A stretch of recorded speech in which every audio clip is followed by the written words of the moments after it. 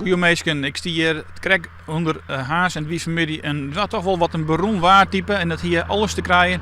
Eigenlijk is het dat hege drukgebied wat er aankomt. Dat klinkt misschien raar, maar het is dus een goed teken. En die zinnen, daar komt het wel mee goed, want die wierd er ook al in Haas uit en terug geregeld bij. En hoe zegt het waar eruit? We gaan even naar Joen en vannacht. Joen en vannacht hebben we bewolking en opkrijgs. Ook wel meer opkrijgs denk ik als op dit stuit. Daardoor wordt het ook een frisse nacht, maar temperaturen die kunnen zakje tot zo'n 9 graden in binnenloon. In het kustgebied, in het waardgebied een wat hogere temperatuur van 11 of 12 graden. Dan morgen. Morgen hebben we een dag met meer ruimte voor de zin, dat denk ik als Joert. Er zit een zwakke tot matige zuidwestelijke wind. En die zorgt ervoor dat er ook wel wat warmere lucht ongeveer wordt. Maximum temperaturen die komen te lezen tussen de 19 en 21 graden. En de hogere temperatuur natuurlijk in het zuidoosten van Friesland. En dan het fruitzucht. Nou, dat heb ik positief nice. Het zucht er fantastisch uit.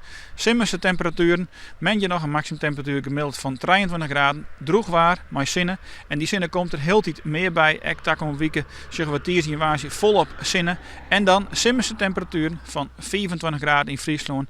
En ik denk dat het zuiden van het land zelfs maximumtemperaturen krijgt van 30 graden. Nog een noffelijk weekend verder.